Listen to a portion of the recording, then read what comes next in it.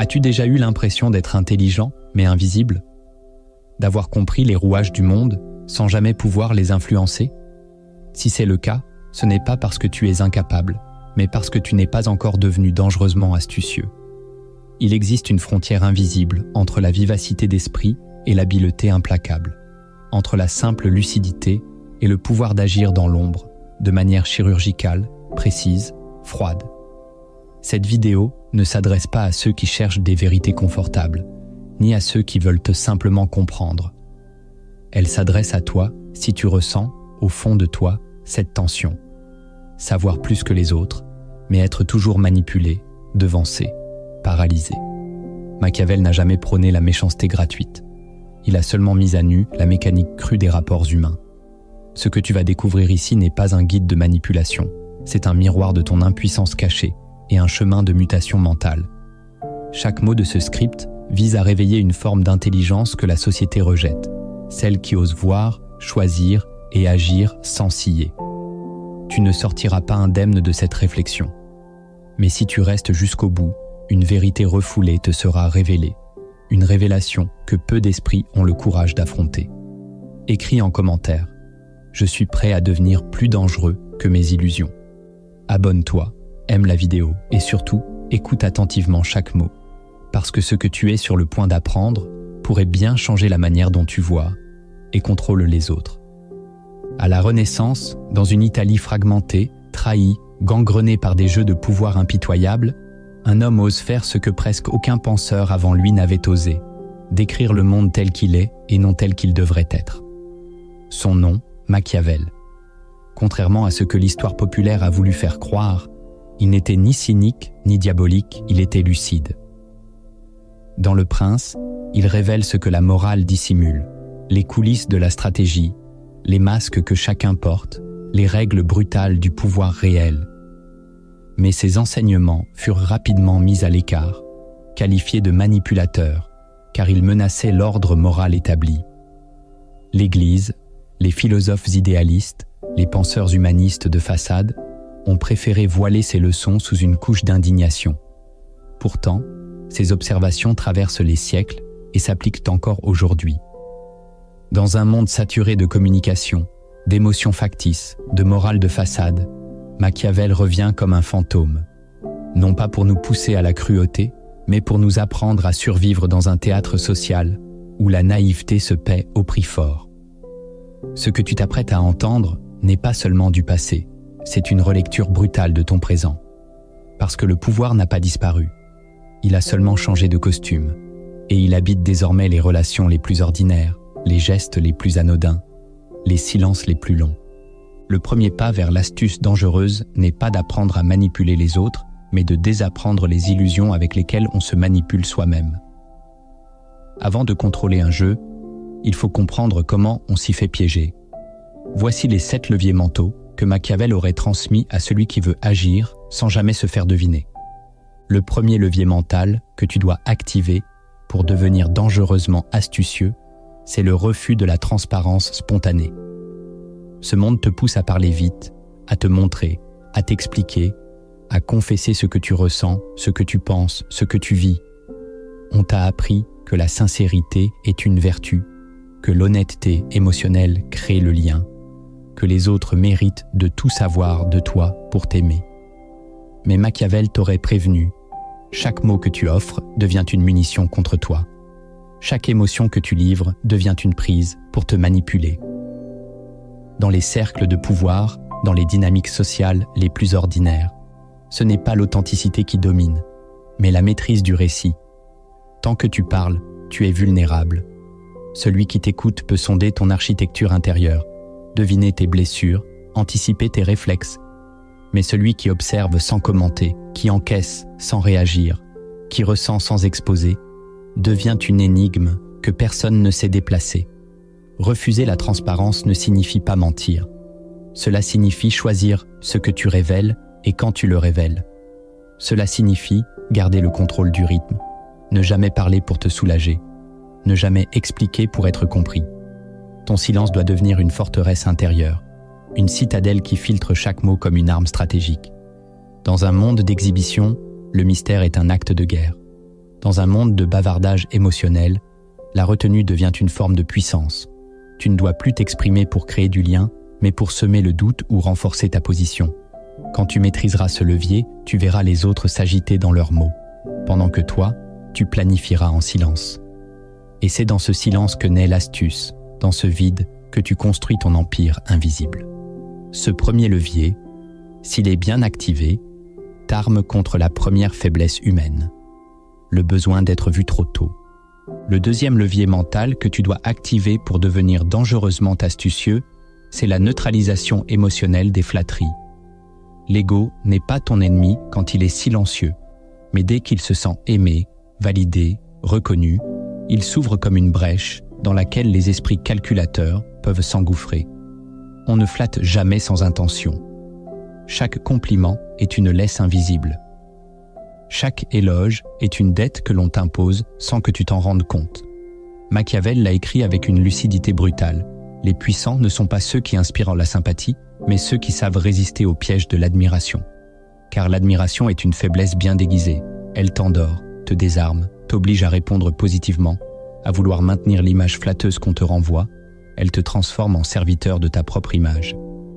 Celui qui veut dominer une pièce n'est pas celui que tout le monde aime, mais celui qui peut t'observer sans rougir, être loué sans se dérégler, être ignoré sans se troubler. Tant que tu es sensible à la reconnaissance, tu n'es pas libre. Les paroles douces te gouvernent. Tu adaptes ton comportement pour qu'elles continuent. Tu évites le conflit pour rester le favori. Tu acceptes des alliances vides juste pour ne pas perdre la chaleur éphémère des compliments. Mais un stratège, un vrai, ne réagit pas à la flatterie. Il l'écoute comme un brouillard qu'il traverse sans s'y attacher. Il distingue ce qui est dit de ce qui est voulu. Il voit la main sous le gant. Tu dois entraîner ton esprit à recevoir l'éloge comme une distraction, jamais comme une direction. Tu ne construis pas ton identité sur ce que les autres pensent que tu es. Tu construis ton empire sur ce que tu sais être, dans le silence. Tant que tu as besoin de reconnaissance, tu es malléable. Mais le jour où tu deviendras imperméable aux louanges, tu deviendras aussi inaltérable que le métal froid de la stratégie.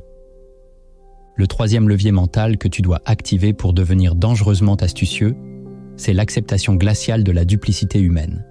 Ce que tu refuses de voir te trahit plus sûrement que tes ennemis. Depuis l'enfance, on t'a martelé que les gens sont bons, qu'il faut leur faire confiance, qu'il est noble de croire en la pureté des intentions. Mais Machiavel ne s'est jamais laissé tromper par les apparences. Il savait que sous le vernis social, chacun joue un rôle. Les sourires masquent des intérêts. Les promesses cachent des stratégies. Même les élans affectifs sont souvent contaminés par le besoin, l'insécurité ou la manipulation inconsciente. Celui qui veut rester lucide ne doit pas devenir paranoïaque, mais apprendre à regarder les comportements avec une froideur chirurgicale. Le plus grand piège mental, c'est de croire que les autres fonctionnent comme toi, de projeter ta loyauté dans leur indifférence, de croire à leur sincérité parce que tu es sincère. Mais ce miroir est faux, et tant que tu y crois, tu es aveugle. Le stratège n'attend plus que les autres soient honnêtes. Il s'attend à ce qu'ils soient flous, complexes, parfois menteurs. Il ne s'offusque plus des retournements de veste, des trahisons subtiles, des non-dits. Il les anticipe. Il les calcule. Il les utilise. Le jour où tu cesseras d'être choqué par l'hypocrisie humaine, tu commenceras à en triompher. Non pas en devenant toi-même un menteur compulsif, mais en intégrant une vérité inconfortable. La loyauté n'est jamais éternelle et la transparence n'est jamais totale. Dans tout échange humain, il y a un contrat invisible, une tension d'intérêt, une part d'ombre que tu dois apprendre à décoder. Celui qui ferme les yeux sur la duplicité par naïveté sera toujours la victime volontaire de son propre aveuglement, mais celui qui garde les yeux ouverts dans un monde de masques devient intouchable. Le pouvoir commence là, dans le refus de l'illusion, et ce refus, personne ne peut te l'arracher. Le quatrième levier mental que tu dois activer pour devenir dangereusement astucieux, c'est la désactivation du besoin de justice émotionnelle. Tant que tu cherches à ce que le monde soit juste avec toi, tu perds. Tant que tu attends que les autres te traitent avec la même droiture que tu leur offres, tu souffres. Tant que tu crois que les intentions nobles te protégeront, tu te prépares à une chute lente, mais certaine.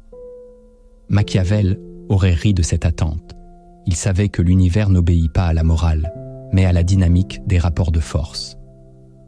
Et ce n'est pas une tragédie, c'est un constat qui libère. Ce levier, tu l'actives quand tu cesses d'interpréter le mépris comme une injustice, quand tu ne cherches plus à rétablir l'équilibre émotionnel par des explications, des confrontations, des supplications. Tu ne te bats plus pour être compris, tu ne hurles plus pour être entendu. Tu t'adaptes, tu t'éloignes, tu agis.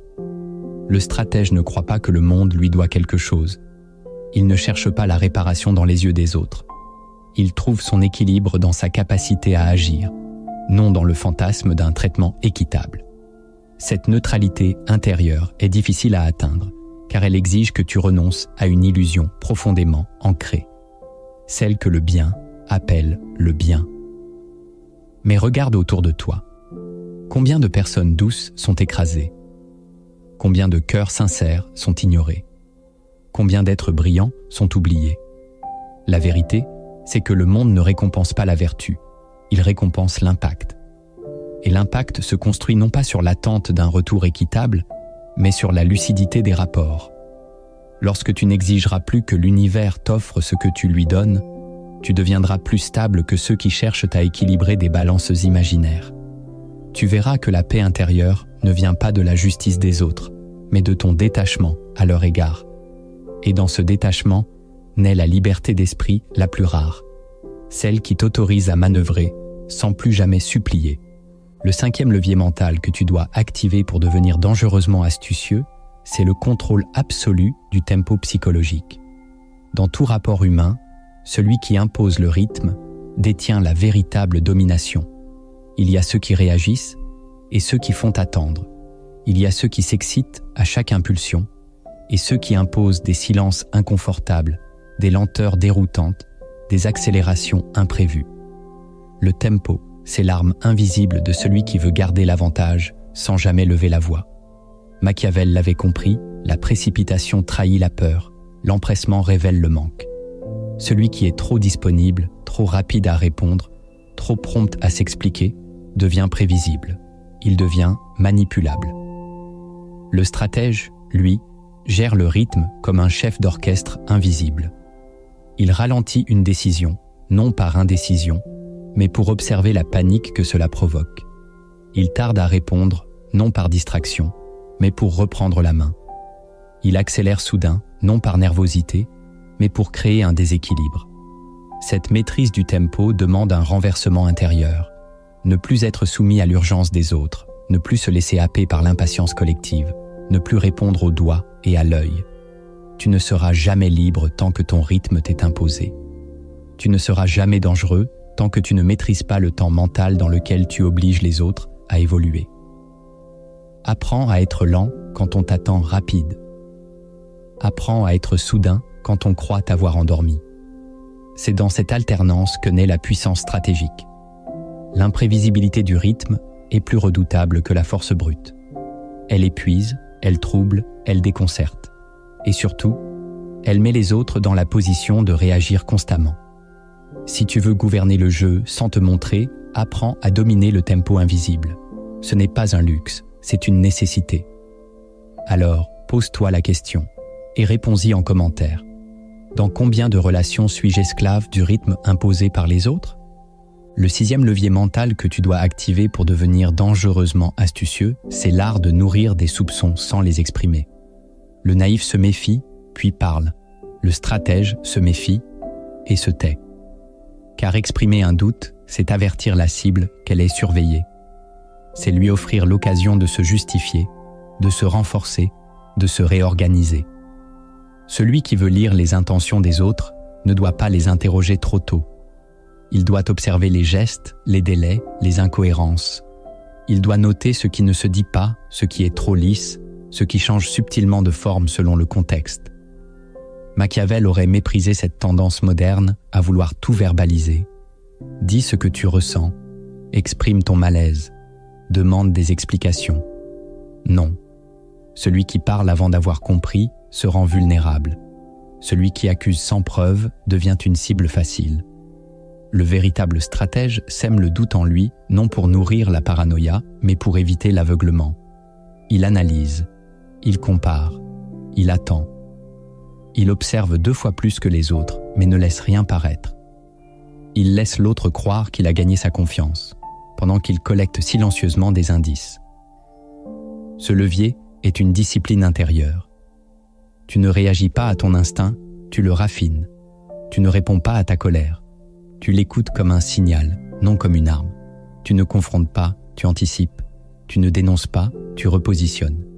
L'astuce n'est pas dans le fait de savoir qui te ment. Elle est dans le fait d'agir comme si personne ne te trompait, tout en orientant le jeu comme si tu savais déjà tout. Celui qui maîtrise ce levier ne devient pas méfiant, il devient conscient. Il ne devient pas distant, il devient stratégique. Et cette posture, rare et redoutable, fait de toi une énigme que personne n'ose provoquer. Si tu sens que ces mots réveillent quelque chose en toi, partage cette vidéo à une personne qui mérite de sortir de sa naïveté ou qui pourrait être dangereusement plus habile si elle comprenait ce que tu viens d'entendre. Le 7e levier mental que tu dois activer pour devenir dangereusement astucieux, c'est la capacité à perdre sans se briser. Dans la pensée de Machiavel, il n'existe pas de stratège qui n'ait connu l'échec. Mais ce qui distingue l'âme puissante de l'âme ordinaire, c'est la manière dont elle traverse ses défaites. L'esprit faible vit l'échec comme une condamnation, une atteinte à sa valeur, une justification pour tout abandonner. Il se replie, se plaint, se raconte que ce n'était pas pour lui. Il veut des résultats immédiats, des triomphes visibles, des signes clairs qu'il est du bon côté. Mais le stratège, lui, sait que la chute est un détour, pas une fin. Il transforme chaque revers en chantier secret. Il convertit chaque défaite en silence stratégique. Il ne crie pas, ne justifie rien, ne demande aucune pitié. Il disparaît momentanément, observe, se reconstruit. Dans les moments d'échec, il affine sa perception, étudie ses propres erreurs, identifie les failles de sa structure mentale et surtout, il n'attache pas son identité à ses résultats visibles. Car celui qui fonde sa valeur sur la réussite se décompose dès qu'elle lui échappe, tandis que celui qui sait qu'il est un bâtisseur invisible, un joueur sur le long terme, un sculpteur du temps, ne panique jamais. Ce levier est une élévation intérieure. Tu acceptes de perdre une bataille pour gagner une guerre. Tu acceptes de n'être pas vu, pas validé, pas reconnu pendant un long temps, parce que tu travailles dans les souterrains de ta propre transformation. L'intelligence la plus dangereuse, ce n'est pas celle qui gagne toujours. C'est celle qui ne craint plus de perdre. Parce que rien ne l'arrête, rien ne l'humilie, rien ne l'interrompt. Quand tu atteins ce point, tu n'es plus seulement intelligent. Tu es devenu inarrêtable. Et dans le silence de tes pertes, tu commences à construire la victoire que personne ne verra venir, jusqu'au jour où elle s'imposera comme une évidence brutale. Tu connais désormais les leviers de base qui transforment ton esprit, mais la véritable mutation ne commence que lorsque tu acceptes de regarder ce que la majorité refuse de nommer. Ces 7 vérités invisibles ne sont pas des théories, elles sont partout, et pourtant tu passes à côté. Si tu veux régner sans trône, tu dois d'abord les accueillir. La première vérité invisible que tu dois accepter pour transformer ton intelligence en puissance silencieuse, c'est que la logique ne gouverne pas les décisions humaines. Le récit, oui. Tu peux avoir raison. Tu peux apporter les meilleures preuves, les arguments les plus solides, les faits les plus irréfutables. Et pourtant, perdre.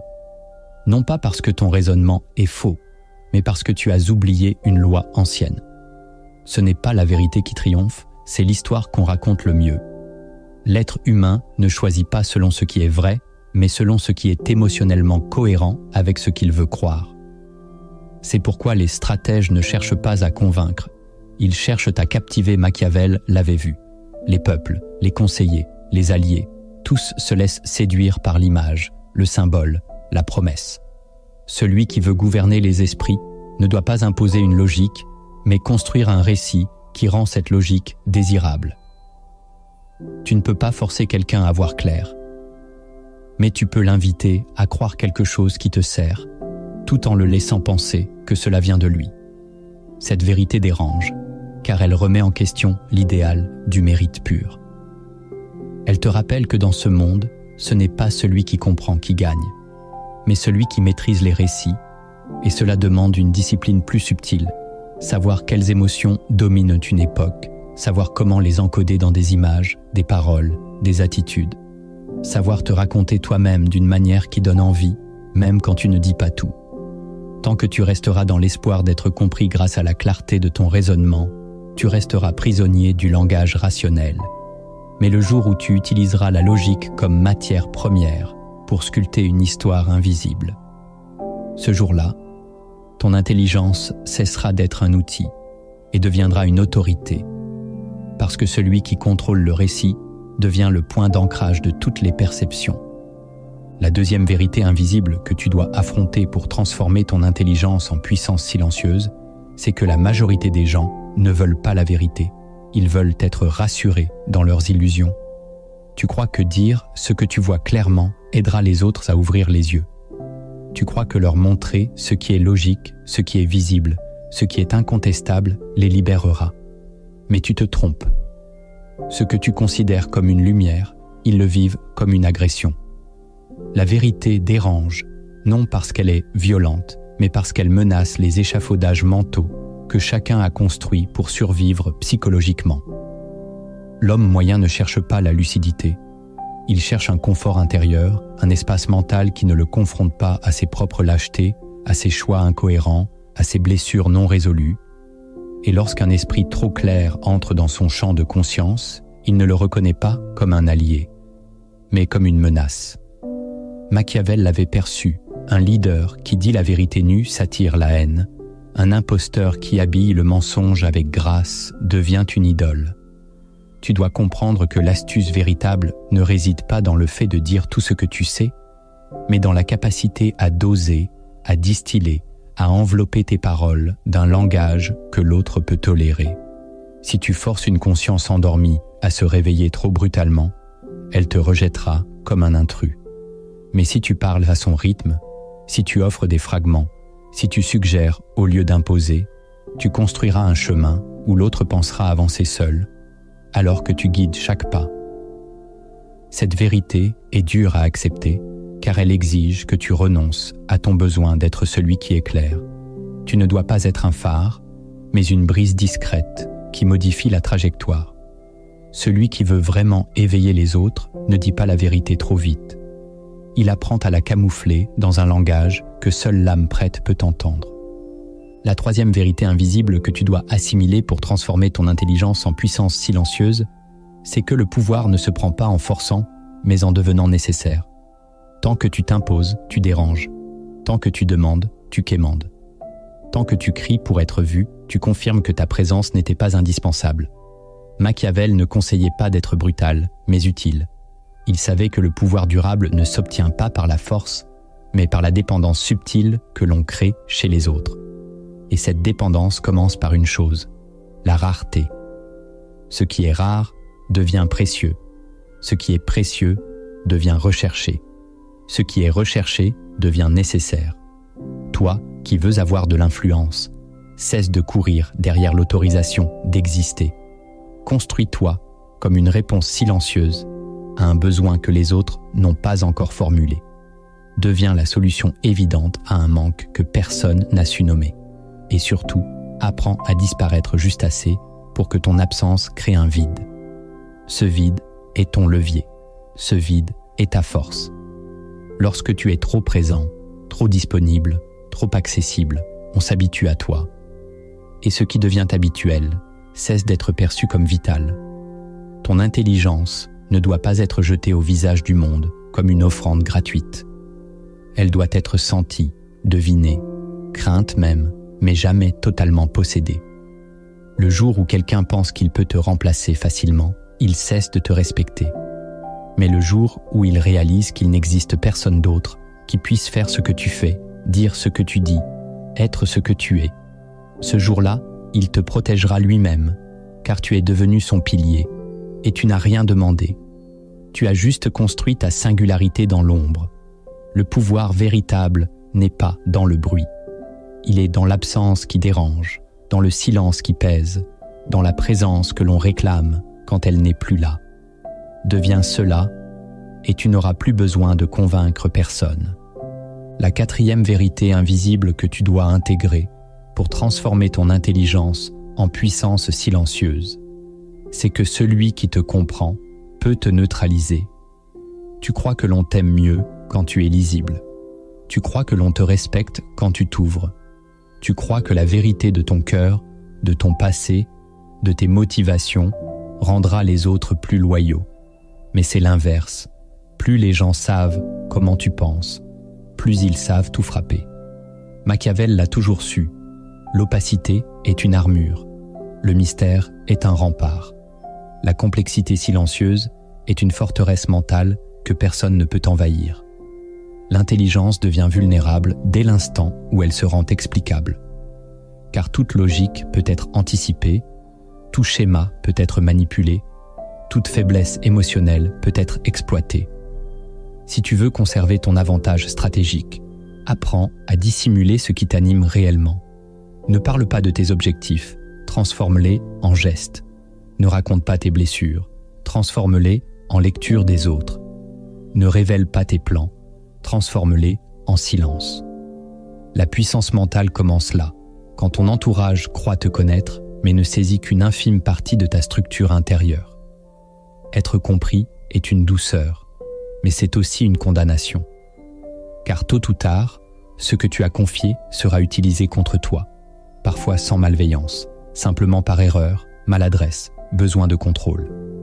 L'esprit véritablement astucieux ne nie pas ce qu'il ressent, mais il ne le livre jamais sans raison.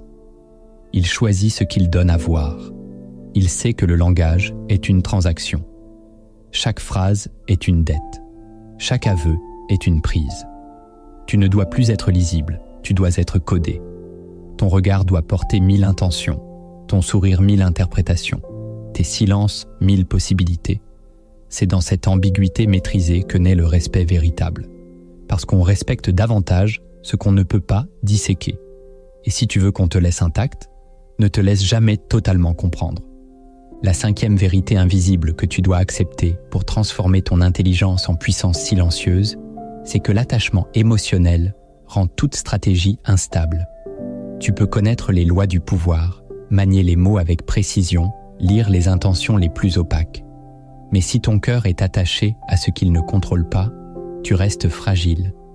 Machiavel ne l'a pas dit en ces termes, mais il l'a compris dans ses silences. Dès que l'affect entre en scène, la lucidité recule. L'attachement te fait espérer là où tu devrais observer. Il te fait insister là où tu devrais te retirer. Il te fait pardonner des choses qui sapent lentement ta position. Tu n'es plus dans la maîtrise de ton mouvement, mais dans la crainte de perdre ce que tu aimes. Et c'est là que le piège se referme. Car ce que tu refuses de perdre devient ta prison. Ce que tu tiens trop fort finit par te tenir. L'astuce véritable exige une discipline intérieure glaciale. Apprendre à aimer sans dépendre, à offrir sans se soumettre, à partager sans se livrer entièrement. Celui qui veut rester stratège doit être capable de se retirer sans bruit, même au cœur de l'attachement. Il doit savoir choisir sa stabilité mentale plutôt que son ivresse affective, non pas pour devenir froid, mais pour rester libre. L'attachement, quand il est déséquilibré, te pousse à croire que tu ne peux pas continuer sans l'autre, sans sa validation, sans son regard. Et pendant que tu espères, tu perds ton tranchant. Pendant que tu attends, tu oublies ta route. Pendant que tu rêves, d'autres avancent. Ce levier est dur à activer parce qu'il te demande de couper des liens intérieurs qui te réchauffaient, mais qui te ralentissaient. Il te demande de devenir entier sans que personne ne te complète. Et c'est à ce prix que ton intelligence deviendra indéracinable. Alors, écris en commentaire. Je coupe les chaînes de l'attachement qui me rendent manipulable. La sixième vérité invisible que tu dois intégrer pour transformer ton intelligence en puissance silencieuse, c'est que trop comprendre les autres te détourne de toi-même. Il existe une forme subtile d'intelligence qui devient un poison, celle qui te pousse à tout analyser, tout expliquer, tout excuser chez l'autre. Tu deviens un maître en empathie, en décodage émotionnel, en lecture des blessures, mais tu t'oublies. Tu ressens pour l'autre, tu penses à sa place, tu anticipes ses réactions, tu expliques ses erreurs, et pendant ce temps, tu t'éloignes de tes propres limites, de tes propres besoins, de tes propres priorités. Tu deviens un stratège pour autrui, un sauveur silencieux, un traducteur de douleur. Mais jamais un bâtisseur de ta propre destinée. Machiavel t'aurait murmuré ceci. Comprendre est utile, mais seulement si cela renforce ton pouvoir, et non si cela t'absorbe dans le labyrinthe de la psyché des autres. L'intelligence excessive, appliquée aux relations, devient un piège doux. Tu crois être en contrôle, alors que tu es en train de t'effacer. Tu crois que ta compréhension pacifie la relation, alors qu'elle te dissout lentement. La vérité, c'est que tu ne dois pas tout comprendre.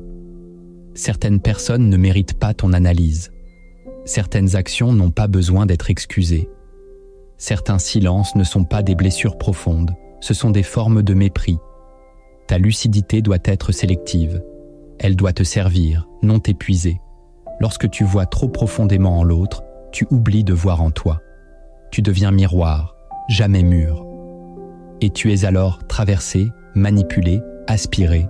Le véritable stratège sait poser une limite entre son intelligence et son instinct de réparation. Il sait que le monde ne se guérit pas par excès de lucidité, il se gouverne par équilibre. Et si tu veux redevenir le centre de ta propre vie, apprends à dire stop à ta propre suranalyse.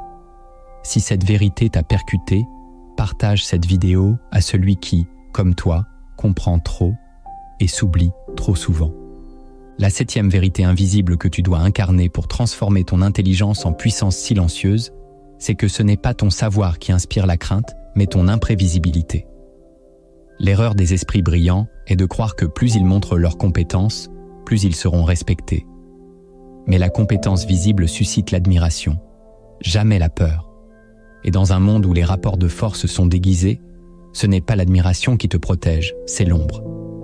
Machiavel l'avait compris, celui qu'on ne peut pas cerner devient dangereux, même sans parler l'imprévisibilité, ce n'est pas le chaos. C'est une discipline du silence, une stratégie du flou, une capacité à ne jamais réagir de la façon attendue, à ne jamais offrir la réponse logique, à ne jamais se comporter comme un archétype. Celui qui agit toujours avec cohérence devient une figure rassurante. Celui qui, en revanche, varie ses gestes, déplace les règles, modifie le rythme, trouble les repères, devient une anomalie mentale. Et l'humain, face à une anomalie, se méfie. Il hésite, il observe, il perd sa capacité à anticiper.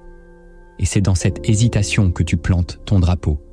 L'intelligence ne doit pas être démontrée, elle doit être pressentie, ressentie, redoutée. L'ennemi qui croit te connaître dort bien. Celui qui doute de ta nature ne dort plus. Tu dois devenir cette zone grise, ce point d'interrogation, cette présence qu'on ne peut pas classer, parfois doux, parfois tranchant, parfois distant, parfois étrangement chaleureux, parfois absent, puis soudain percutant.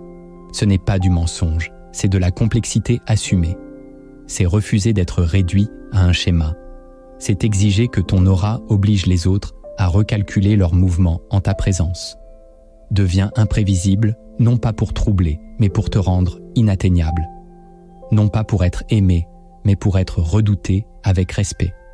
Quand on ne sait jamais ce que tu feras, tu tiens la partie. Comprendre ne suffit pas. Tu dois maintenant agir, sans bruit, sans discours, sans justification. Ce que tu vas apprendre ici ne doit pas se voir, mais se faire sentir.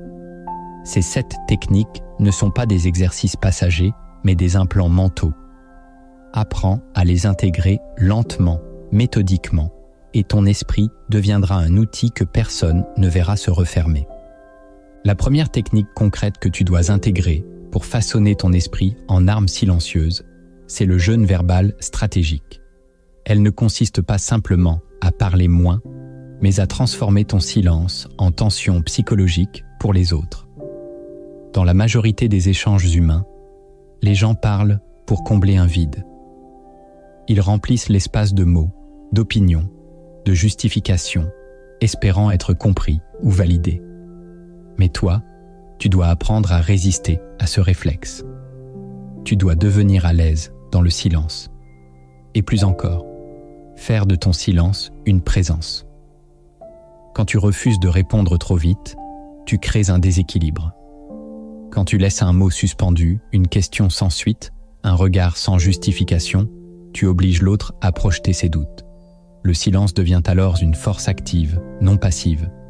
Cette technique s'applique dans les conversations quotidiennes, dans les conflits, dans les négociations, dans les moments d'incertitude.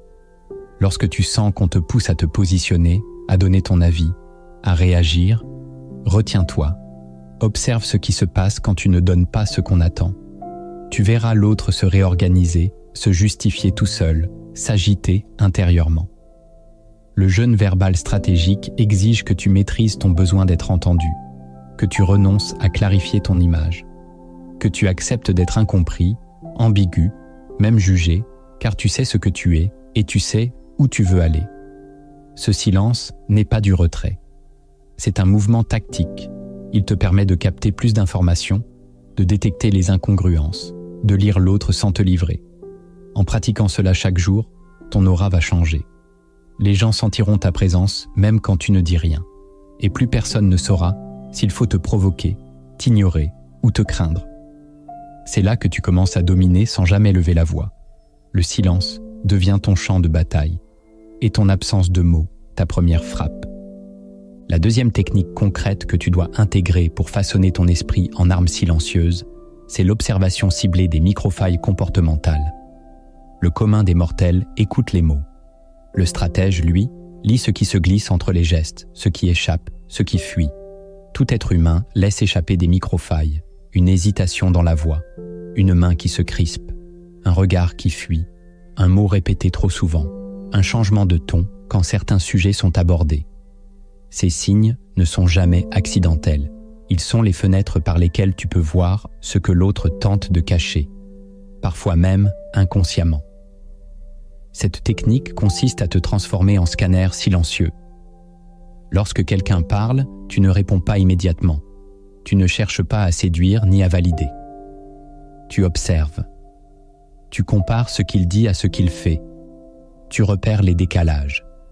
Tu notes mentalement les anomalies. Et tu attends. Car plus tu observes, plus la structure intérieure de l'autre se dessine. Tu verras apparaître ses insécurités, ses priorités, ses blessures non dites. Tu comprendras ce qu'il craint, ce qu'il désire, ce qu'il cherche à dissimuler. Et ce savoir, tu ne l'utilises pas tout de suite. Tu le gardes, tu le laisses mûrir. Puis, au moment exact, pas avant, tu en fais un levier. Un mot, une remarque, un silence appuyé, et tu verras l'autre vaciller.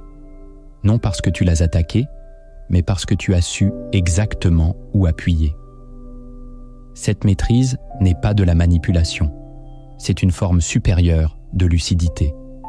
Elle te rend capable d'agir sans parler, de faire basculer un rapport de force sans hausser le ton. Et surtout, elle t'immunise. Plus personne ne pourra jouer avec toi sans être démasqué. Tu ne chercheras plus à comprendre les gens par compassion, mais par stratégie, car celui qui voit les microfailles gouverne les équilibres invisibles. Et dans ce monde, seuls ceux qui savent lire ce qui tremble sous la surface peuvent prétendre diriger sans bruit. La troisième technique concrète que tu dois intégrer pour façonner ton esprit en arme silencieuse, c'est l'usage contrôlé de la dissonance volontaire. Dans un monde où chacun cherche à être cohérent, stable, prévisible, toi, tu vas apprendre à introduire une tension subtile entre ce que tu dis et ce que tu fais. Non pas pour mentir, mais pour troubler. Cette dissonance, lorsqu'elle est maîtrisée, devient une arme redoutable. Elle crée une brume mentale autour de ta personne. On ne sait plus vraiment qui tu es. On ne sait plus s'il faut te faire confiance. On ne sait plus à quel moment tu vas agir, ni comment. C'est une stratégie utilisée par les plus grands manipulateurs silencieux. Ils montrent une image paisible, puis agissent de manière décisive.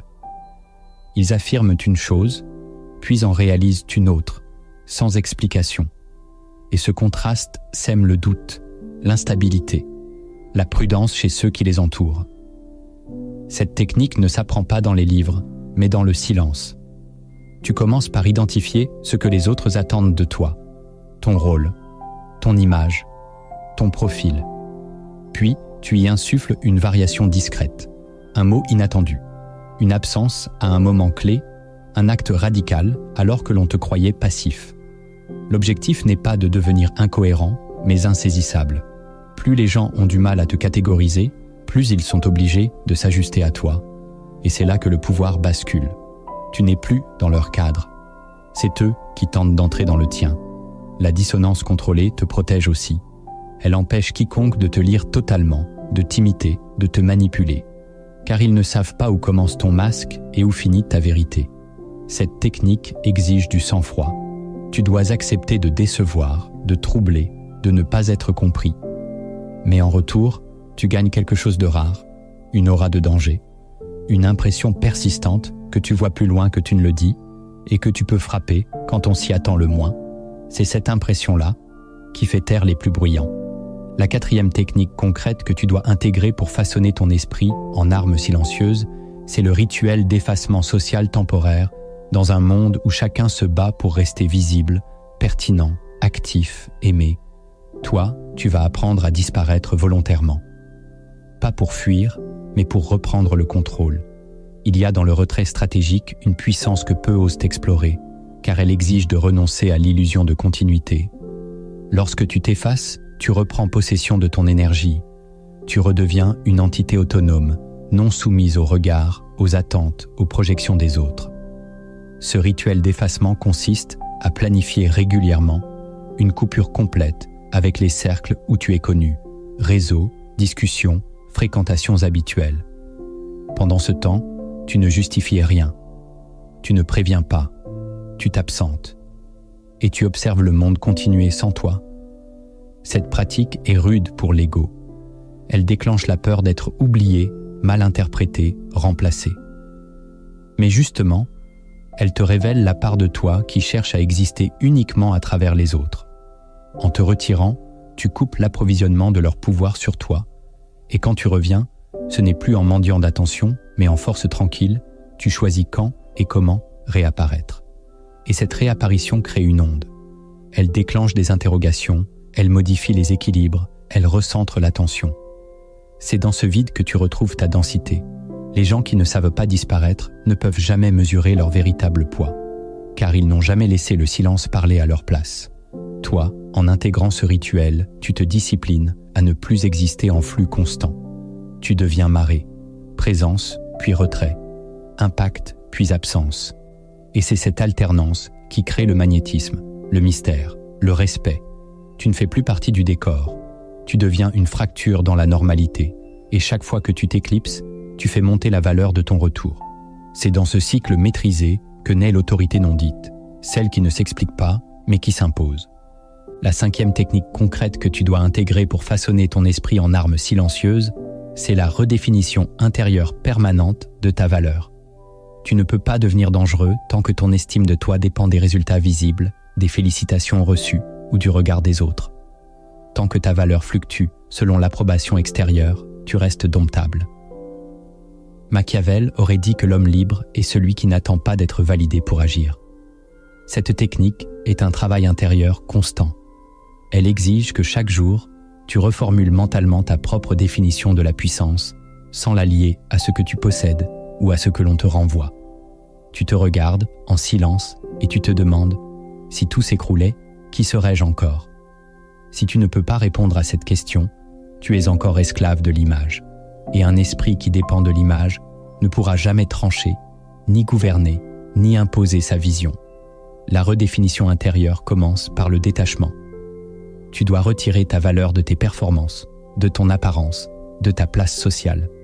Puis tu dois l'enraciner dans ce que tu sais de toi que personne ne voit, ta patience, ta lucidité, ta capacité à encaisser sans plier, ton endurance mentale, ta résistance aux illusions. Ce sont ces qualités-là qui forment ta colonne invisible, et plus tu y reviens, plus tu deviens inébranlable. Le monde peut t'oublier, te détester, te sous-estimer. Cela n'a plus d'impact, parce que ta propre boussole est désormais interne. Et c'est là que naît une aura différente. Tu parles moins, mais chaque mot pèse. Tu agis sans prévenir, mais chaque mouvement surprend. Tu n'es plus dans le décor, tu es une force souterraine. Cette technique ne donne rien à voir, mais elle modifie tout ce que tu deviens. Parce qu'un être dont la valeur ne dépend plus de rien devient absolument libre. Et cette liberté-là, elle fait peur à ceux qui ont encore besoin d'être vus pour exister. La 6e technique concrète que tu dois intégrer pour façonner ton esprit en arme silencieuse, c'est l'encodage émotionnel différé. Cela signifie apprendre à ne jamais réagir sur le moment, surtout lorsque tu es touché. Les gens impulsifs se dévoilent dans l'instant. Ils s'énervent, se défendent, s'expliquent, se justifient ou attaquent aussitôt. En faisant cela, ils livrent leurs plans, révèlent leurs limites, exposent leurs points faibles. Toi, tu dois devenir un mur de silence émotionnel. Lorsqu'on te blesse, tu n'offres rien. Lorsqu'on t'accuse, tu ne te justifies pas. Lorsqu'on te flatte, tu ne souris pas tout de suite. Tu gardes tout pour plus tard. L'encodage émotionnel différé consiste à capturer l'information, l'impact, la vibration intérieure, puis à l'enfouir sans l'évacuer. Tu prends note mentalement. Tu archives, tu analyses. Et ensuite, à tête froide, dans un moment choisi, tu réagis, non pas comme une vengeance, mais comme un retour calibré. Une parole, un retrait, une décision, une coupure nette. Ce décalage dans la réponse crée une instabilité totale chez l'autre. Il s'attendait à une explosion. Il reçoit un silence. Il croyait avoir gagné. Il découvre plus tard qu'il a perdu.